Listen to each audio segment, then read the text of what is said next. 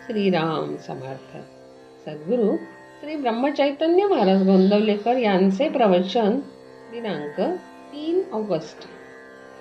भगवंताशी एकरूप झाल्यावर सर्व आनंदच आहे.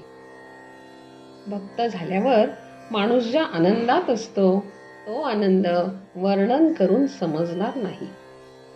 जिथे दुःखच नाही तिथे आनंद हा शब्द तरी सांगायला कोण असणार. अनन्य भक्त व्हावे आणि तो आनंद पाहावा. भक्ताला सर्व ठिकाणी आपण आहोत असे दिसते, म्हणजे सर्व चराचर वस्तू तो भगवत रूपच पाहत असतो. एखाद्या खोलीत सर्व बाजूनी आरसे ठेवलेले असले तर कुठेही पाहिले तर आपल्याला काय दिसेल? आपल्या स्वतःशिवाय दुसरे काहीच दिसणार नाही.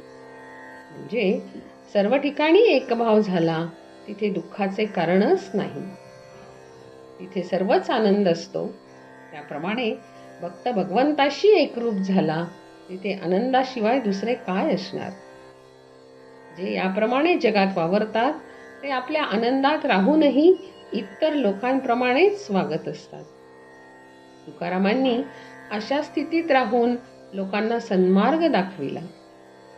समर्थांनीही ती स्थिती सांभाळून सर्व जगाचा व्यवहार केला आणि इतर लोकांना आपल्या पदाला नेले. आपण कधी त्या आनंदाकडे जाण्याचा मार्ग पाहिलेला नाही.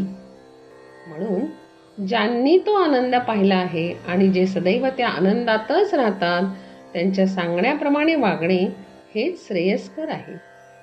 म्हणजेच गुरु आज्ञेप्रमाणे वागावे. आपल्याला वाटाड्या भेटला म्हणजे त्याच्यावर विश्वास ठेवून आपण चालतो.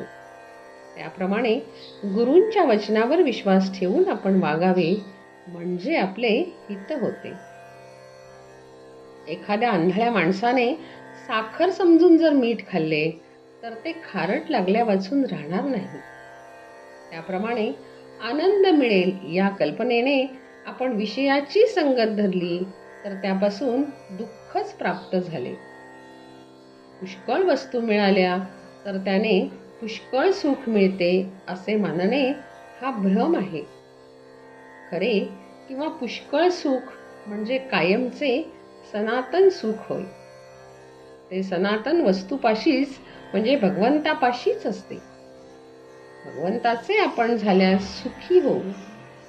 तोंड गोड करण्यासाठी जशी साखर खावी लागते तसे आनंद प्राप्त होण्यासाठी नाम घ्यावे लागते. आपण प्रपंच दुसऱ्याचाच करतो, आपला करीतच नाही. एखाद्या शेतापेक्षा कुंपणालाच जास्त खर्च यावा त्याप्रमाणे आपण आपल्या मूळ स्वरूपापेक्षा आपल्या उपाधींची जास्त आरास करतो. आपण सर्व मिळवतो पण सर्व ठेवून जावे लागते. आपल्या फायद्याचे केले तरच आपला प्रपंच, भगवंताचे स्मरण तेवढाच आपला प्रपंच. आपण आईबापांवर, नवरा बायकोवर, मुलांवर, नातेवाईकांवर, शेजाऱ्या पाजाऱ्यांवर सुखासाठी अवलंबून राहिलो तर सुखी होणार नाही. आपले दुःख किंवा यातना जर कोणी नाहीशा करीत नाही तर मग दुसरा कोणी आपल्याला सुख देईल ही कल्पना कशी खरी ठरेल? परमात्म्याचा आनंद अखंड मिळावा मी त्याचे व्हावे ही दृष्टी ठेवून नामस्मरण करावे. जानकी जीवन स्मरण जय जय राम.